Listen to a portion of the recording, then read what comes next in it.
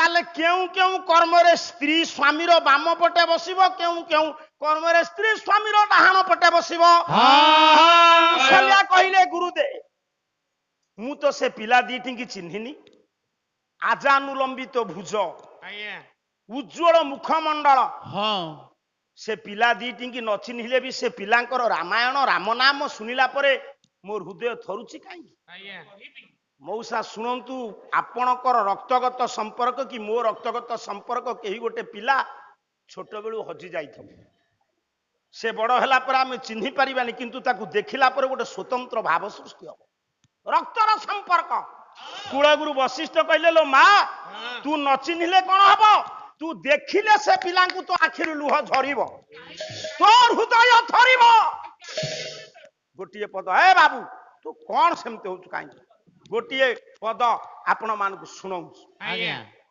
जीवन काल भितर केते घात प्रतिघात सब आसो ताकू जे न सही से संसार कला अन्य केही से ही नुहंती से तो कूड़ा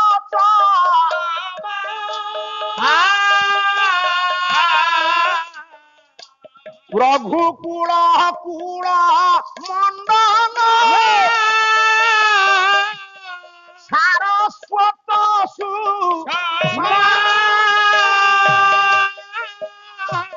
वशिष्ठ डाकिले कहले रे माँ से जो दुईटी पुओ से होचंती तो सूर्य वंशर उज्ज्वलतम तारका से तो बहुर पुत्र तोर पौत्र सार माने एठी परिष्कार कर दउची कुलगुरु वशिष्ठ कहिले कागु ए बापा रो सेमति चगला बगला होना कौशल्या को कहिले लो माँ से दुईटी पुओ होचंती तोर नाती कुल बहु सीतार जमज संतान येति की सुनी चंती माँ कौशल्या तरबर है कि मुंडिया पकई कहा पादरे गुरु को पादरे यज्ञ मंडप को दौड़िले माँ कौशल्या नारीर भूमिका केते देखो माँ गर्जन कले यज्ञ मंडप निकट रे थाई डाकिले राम मु राजमाता कौशल्या डाकुची मो प्रश्नर उत्तर दे सारिबा परे एठी यज्ञ हबो गोटिए मार पाद धूली रे जेतिकी मूल्य कोटिए यज्ञ रे नाही ना ना मो उत्तर दबु तापर यज्ञ हबो ठीक ठीक ठीक कारण आपण जानंती से दिन गोपाल घरर बुढ़ीर पाद धूली रे केते मर्यादा यज्ञ मंडप को उपेक्षा करी पाद दलित करी दौड़ी आसीथिले भगवान कृष्ण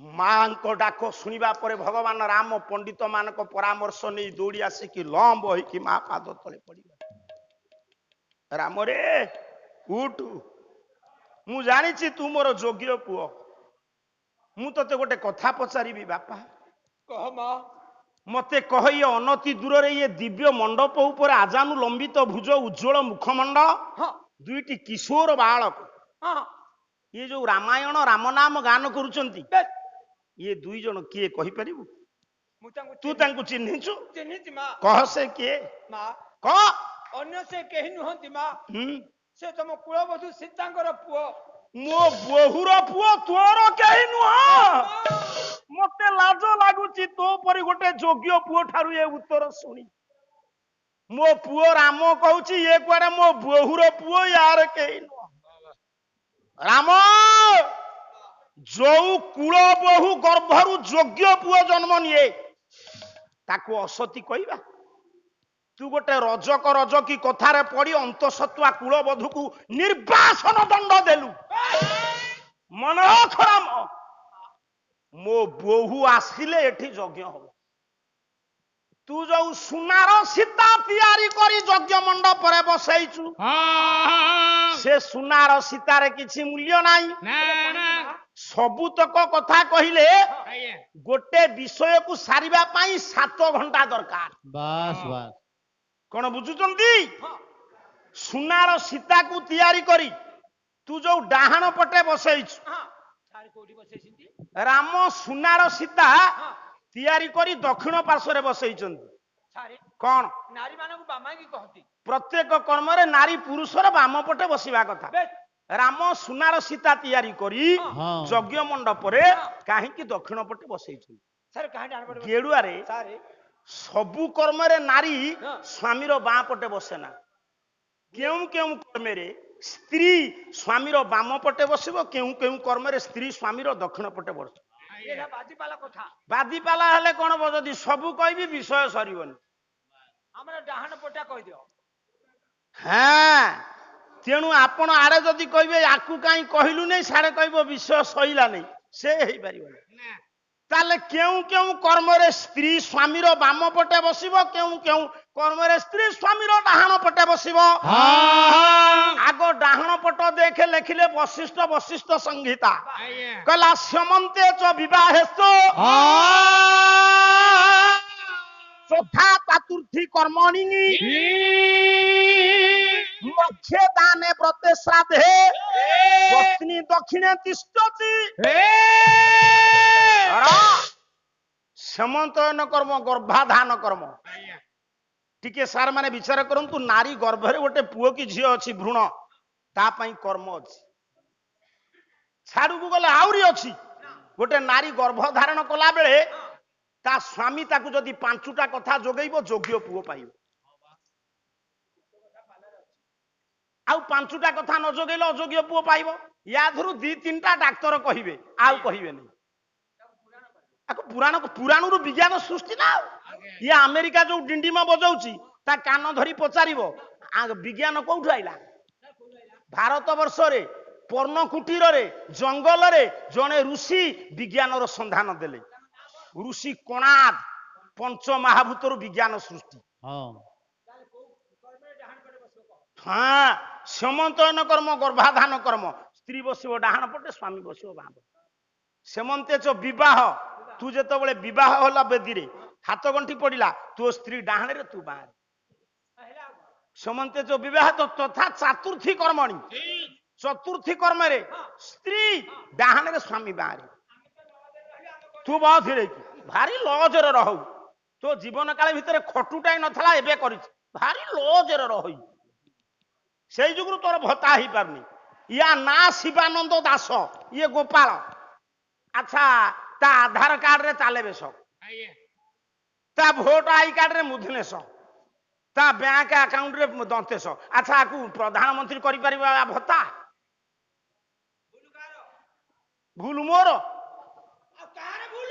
ମୋର କେମିତି ଭୁଲ ହେଲା? କଣ ବତେଇଥିଲି? ସମାନ ଭାବେ ଦେଖିବି ବୋଲି ତୁ କଣ କଲୁ? ଓଡିଆରେ କେତେ ଅକ୍ଷର? 50। ଏବେ ହେଲାଣି ସେ ଯେତେ ହଉ 49 ଚାଲିଛି। 100 କେତେଟା? 3ଟା। ଯଦି ମୁଁ କୋଉ ସବୁ ନ ଲେଖିଥାନ୍ତି, ତେଣୁ କରି ତା ମନ ଦୁଃଖ ହେଇଥାନ୍ତା।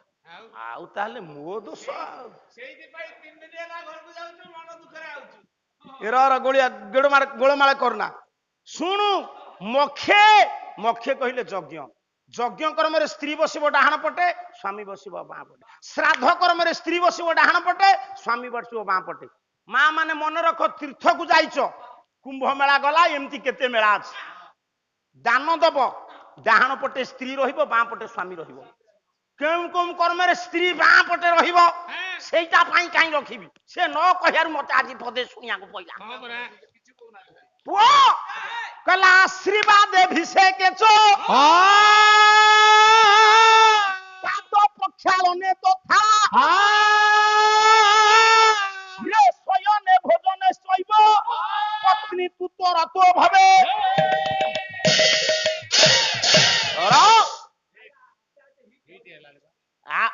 ଆଶୀର୍ବାଦ, ସ୍ୱାମୀ ସ୍ତ୍ରୀ 2 ଜଣଙ୍କୁ ବ୍ରାହ୍ମଣ ଆଶୀର୍ବାଦ କରିବ। ମନେ ରଖ, ବ୍ରାହ୍ମଣଙ୍କର ମନେ ଥାଇପାରେ ନଥାଇପାରେ। ତୋ ସ୍ତ୍ରୀ କି ବାଁ ପଟେ ରଖିବୁ, ତୁ ଡାହାଣ ପଟେ ରହିବୁ। ଅଭିଷେକ କର୍ମରେ ସ୍ତ୍ରୀ ରହିବ, ସ୍ୱାମୀ ରହିବ। ଏକା ବେଳକେ ବୋହୂ ଘରକୁ ଯାଇଛି, ଶାଶୁ ଶ୍ୱଶୁର ଯାଇଛନ୍ତି, ବୋହୂ ଆଣି ଖାଇବାକୁ ଦେଲା, ଏକା ବେଳେ ଶାଶୁ ଶ୍ୱଶୁର ଖାଇବେ। ଏକାଠି ନୁହଁ, ଏକା ବେଳେ ତୋ ସ୍ତ୍ରୀ ବସିବ, ତୁ ବସିବୁ। ଶୟନେ, ସ୍ୱାମୀ ସ୍ତ୍ରୀ 2 ଜଣ ଶୋଇବ। ତୋ ସ୍ତ୍ରୀ କୋଉଠି ଶୋଇବ? ତୁ ମୂର୍ଖ ପଗଣ୍ଡ, ତୁ ଶୋଇବୁ ବାଁ ପଟେ, ତୋ ସ୍ତ୍ରୀ ଶୋଇବ ଡାହାଣ ପଟେ। ପାଦ ପ୍ରକ୍ଷାଳନ ତଥା ବୋହୁ ଘରକୁ ଯାଇଛ ସ୍ୱାମୀ ସ୍ତ୍ରୀ ବୋହୁ ଡାଳ ଧରି ବାହାରି ପଡିଲା ତୋ ସ୍ତ୍ରୀ ରହିବ ବାଁ ପଟେ ତୁ ରହିବୁ ଡାହାଣ ପଟେ ଗୋଡ ଧୋଇବୁ